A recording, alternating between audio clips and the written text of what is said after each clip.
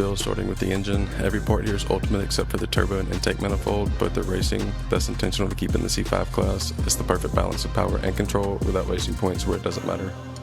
Next up is the drivetrain, ultimate clutch, transmission, and differential while keeping it rear-wheel drive. It's tuned for direct power transfer and stable exit without losing the C5 class balance.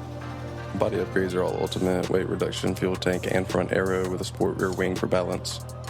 We went with a full ultimate suspension setup that means maximum grip, smooth transitions, and complete tuning flexibility so we can fine-tune every detail for the C5 class.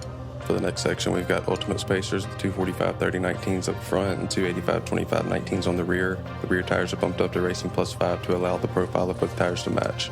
Moving into the engine tuning, we've got the rev limiter set at 8250 with the peak RPM at 8575. Turbine pressure stays at minimum for smooth power delivery, and the torque's maxed out at low and medium.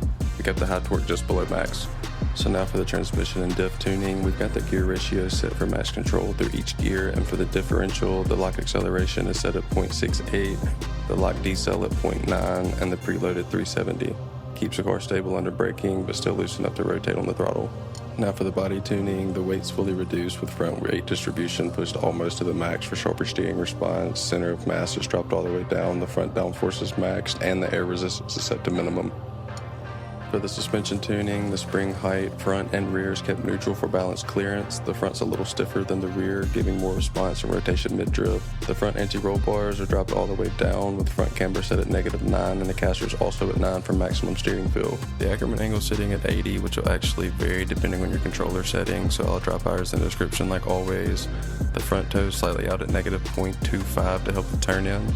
Going onto the rear, the spring length stays neutral, stiffness softer than the front, and the anti-roll bars are a bit tighter to stabilize transitions. The rear camber set at -4, the toes at 0, and the front dampers are tuned just slightly softer than the rear.